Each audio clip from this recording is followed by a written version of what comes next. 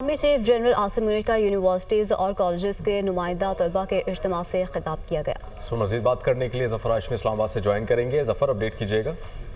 जी, ISPR के मुताबिक army chief general Syed Asim Munir ने यूनिवर्सिटी और कॉलेज के नौजवान तलबा के एक इज्तिमा से खिताब किया। इस इज्तिमा में पूरे पाकिस्तान से नौजवानों की नुमाइंदगी मौजूद थी। इस इज्तिमा से खिताब में आर्मी चीफ ने तलबा की हौसला अफजाई की कि वो अपनी तालीमी सरगर्मियों में बेहतरीन कारकर्दगी के लिए कोशिश करें और ऐसी महारतें पैदा करें जो उन्हें मुल्क की तरक्की में मुस्बत किरदार अदा करने के काबिल बनाए। उन्होंने पाकिस्तान पर बैरूनी माहौल के असरात, खास तौर पर सरहद पार जो दहशतगर्दी है इसके खतरे के बारे में भी इस हवाले से जो नुक्ता नजर आता उनका, उसके हवाले से उन्होंने आगाह किया।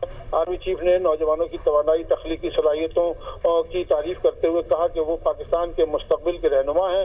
उन्होंने कहा कि मुल्क की खुद मुख्तारी और इलाकाई सालमियत के तहफ़्फ़ुज़ में पाक फौज के किरदार जो है वो नहायत अहम है। उन्होंने इस किरदार के हवाले से रोशनी डाली। उन्होंने दहशतगर्दी की लानत के खिलाफ कौम की जद्दोजहद में पाकिस्तानी अवाम की कुर्बानियों को खराज तहसीन पेश किया और मुसल्लह फौज और कानून नाफिज करने वाले इदारों की जो पुरअज़म हिमायत है इस दहशतगर्दी की लानत को खत्म करने के हवाले से उसको सराहा। और आर्मी चीफ ने बहुत शुक्रिया ज़फ़र अपडेट के लिए।